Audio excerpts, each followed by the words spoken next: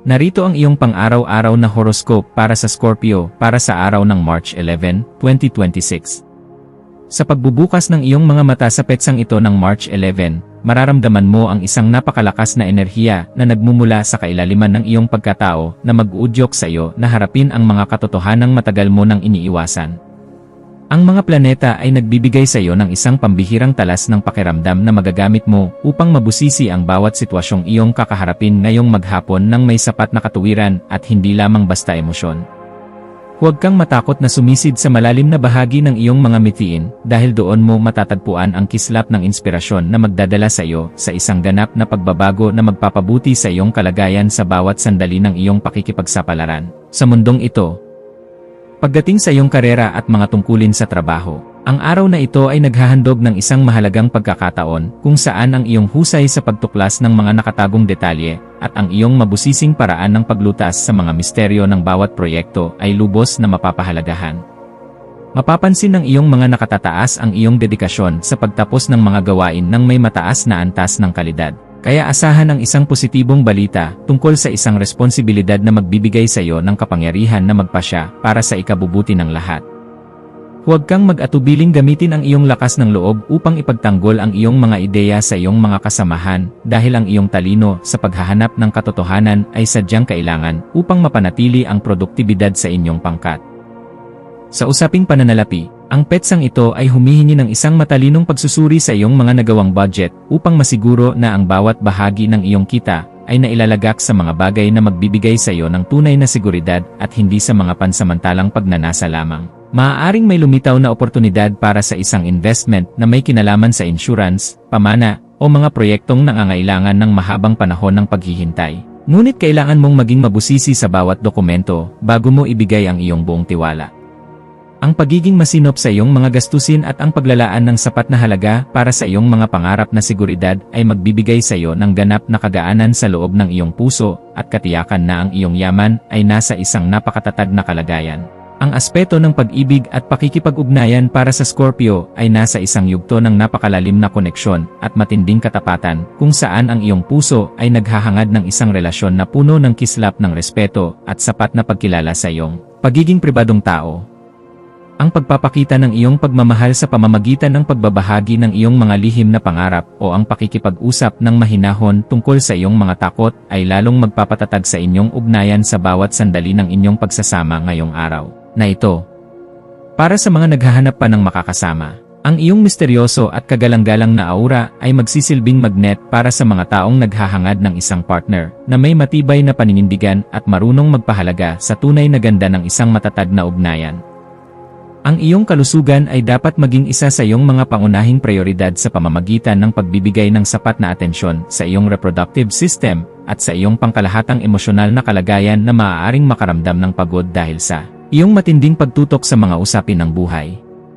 Ang iyong katawan ay humihiling ng sapat na pahinga at pagkain ng mga pagkain nagpapalinis ng iyong sistema upang mapangalagaan ang iyong ningning habang tinatapos mo ang iyong mga mabusising obligasyon ng may sapat na katuwiran at lakas sa bawat hakbang. Ang pagsasagawa ng mga ehersisyong nagpapalakas ng iyong tibay gaya ng martial arts o ang simpleng pagninilay-nilay sa isang tahimik na lugar ay makakatulong upang mailabas ang mga negatibong vibes at mapalitan ito ng sariwang inspirasyon na magpapatatag sa iyo.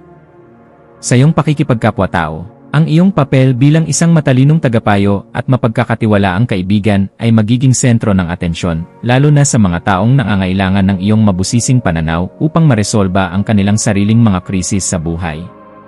May isang kakilala o malapit na kasama na maaaring lumapit sa iyo upang humingi ng tulong tungkol sa kung paano magiging mas matapang sa pagharap sa isang malaking pagbabago, at ang iyong mga salita ay magsisilbing gabay na magbibigay sa kanila ng bagong direksyon. Maging mapagmasid sa bawat pakikipag-usap dahil ang bawat impormasyon na iyong ibabahagi ay nagtataglay ng kapangyarihan na makapagpabago ng pananaw ng iba nang may sapat na paggalang sa kanilang sariling kakayahan at kalayaan sa bawat kilos na gagawin mo. Ang iyong malikhaing isipan ay magkakaroon ng pambihirang kislap sa hapon, lalo na sa mga gawaing may kinalaman sa pagsisiyasat, sining na may malalim na mensahe, o anumang paraan ng pagpapahayag na nagpapakita ng iyong pagiging mabusisi sa bawat aspeto ng iyong mga natatanging talento. Huwag mong limitahan ang iyong sarili sa mga karaniwang pamamaraan lamang. Bagkus ay subukan ang mga makabagong estilo na magpapakita ng iyong galing habang pinapanatili ang kalidad at dangal ng iyong mga gawa para sa iyong sariling kaganapan at tagumpay. Ang pagbuo ng isang bagay na may layuning magbigay ng kagaanan at saya sa pakiramdam ng marami sa pamamagitan ng iyong mga natatanging obserbasyon ay nagbibigay sa iyo ng ganap na tagumpay na sadyang napakahalaga para sa iyo. Para sa pamilya, asahan ang isang kaganapan sa loob ng tahanan na mangangailangan ng iyong pagiging mahinahon upang maging maayos ang takbo ng inyong samahan sa kabila ng mga posibleng maliliit na usapin tungkol sa inyong mga ari-arian o mga plano sa hinaharap. Ang iyong presensya ay magbibigay ng kagaanan dahil kaya mong magpaliwanag sa paraang madaling intindihin at may sapat na pagkilala sa nararamdamang pangangailangan ng bawat miyembro ng iyong pamilya sa bawat oras ng inyong pagsasama. Maging mapagpatawad sa mga pagkukulang ng iyong mga mahal sa buhay at maging isang gabay na laging handang tumulong sa pag-aayos ng anumang aberya dahil ang matatag na pundasyon sa loob ng tahanan ang tunay mong sandigan sa bawat hamon. Ang iyong intuwisyon ay magsisilbing isang matalas na kumpas sa pagpapasya tungkol sa isang bagong oportunidad na may kinalaman sa iyong personal na paglago o sa pagpapaganda ng iyong sariling kasanayan sa pakikipag-ugnayan sa mga taong may malalim na karanasan. Kung may nararamdamang udyok na ayusin ang iyong mga dokumento o bumili ng mga kagamitan na magdadala ng higit na seguridad sa iyong paligid, gawin ito ngayon dahil ang daloy ng enerhiya ay pabor sa mga gawaing nagdadala ng bagong simula. Ang iyong panloob na boses ay malakas na nagpapaalala na handa ka na para sa isang mas mataas na antas ng kaganapan sa iyong pagkatao, kaya pakinggan ito, at huwag hayaang ang mga alinlangan ay humadlang sa iyong asenso patungo sa tagumpay. Sa aspeto ng edukasyon at pagkuha ng karunungan, ang iyong isipan ay magiging kasing talas ng isang kidlat na handang unawain ang bawat komplikadong impormasyon upang mahanap ang pinakaugat ng katotohanan sa iyong mga pinag-aralan ngayong araw na ito. Gamitin ang panahong ito upang magbasa ng mga materyales na magpapalawak ng iyong pangunawa sa mga usaping may kinalaman sa psikolohiya, sining, o sa mga paraan ng wastong pamumuhay dahil ang mga ito ay sadyang makakatulong sa pagpapabuti ng iyong disposisyon. Ang bawat impormasyon na iyong matututunan ay magsisilbing hiyas sa iyong isipan, kaya huwag kang titigil sa paghahanap ng liwanag hanggang sa marating mo ang ganap na kalinawan na iyong matagal nang hinahanap para sa iyong seguridad. Iwasan ang pagiging masyadong mapaghinala sa mga tao sa iyong paligid na may malinis na intensyon upang hindi ka makagawa ng pader na maglalayo sa iyo sa mga bagong pagkakataon na maaaring magpabilis sa iyong pag-unlad sa bawat sandali. Ang pagpapanatili ng isang balanse sa pagitan ng iyong pagiging mapagmasid at ng iyong pagiging mahinahon sa pagtanggap ng tulong ng iba ay isang kasanayan na dapat mong pagtuunan ng pansin ngayong araw upang mas lalo kang irespeto.